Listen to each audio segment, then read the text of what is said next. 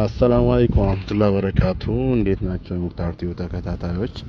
እኔ ጋር አልሐምዱሊላህ ሁሉ ሰላም ሁሉ አማን እና ከሁለት ወር ከሶስት ወር በላይ ከሚዲያ ጠፍቻለሁ ማለት ነው።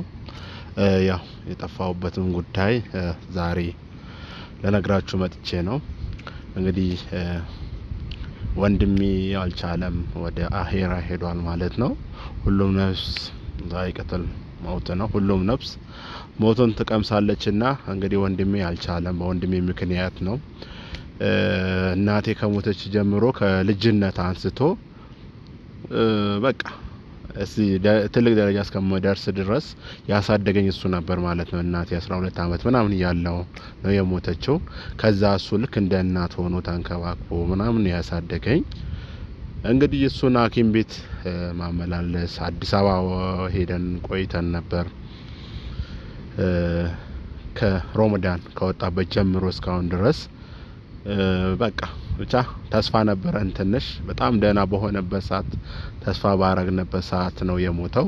ኩላሊት፣ የልብ ኬዝና ተደራራቢ በሽታዎች ናቸው።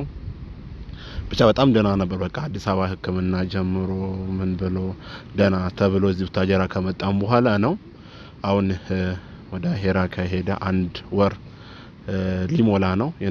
ነገ ሰኞ ከሆነ የነገ ወር ነው ወደ አሄራ የሄደው ማለት ነው። እና በዛ ምክንያት 3 ወር ሙሉ የጠፋሁት በወንድሜ ምክንያት ነው። እንግዲህ በታገለም ሊድንልኝ አልቻለም። የአላህ ነገር ሆኖ የሱ ስራ ይበልጣል ብሎ ወደሱ የሱ ውሳኔ ሆኖ ወደ አሄራ ሄዷል ማለት ነው። እና አላህ የጀነት እንዲያደርገው በዚህ አጋጣሚ ሁላችሁም ዱአ አርጉለት። እኔ በጣም ትልቅ ሀዘን ላይ በጣም ትልቅ ስብራት ደርሶብኛል ማለት ነው። ምክንያቱም እናቱ ሞቶበት የሚያክሰው ያውቀዋል። እና እናት ልክ ስትሞት በቃ በጣም ምንም ነገር እንዳይለኝ ትምህርት እስከመጨረስ ድረስ ከሱ ጋር ነው ትምህርት እስከመጨረስ ከሱ ጋር ነው ያኖረኝ። ትምህርት ጨርሼ ራሱ በቃ ጥሩ ሰው እንድሆን መልካም ሰው እንድሆን የተቻለውን ያህል የሚያደርግ ሰው ነበር።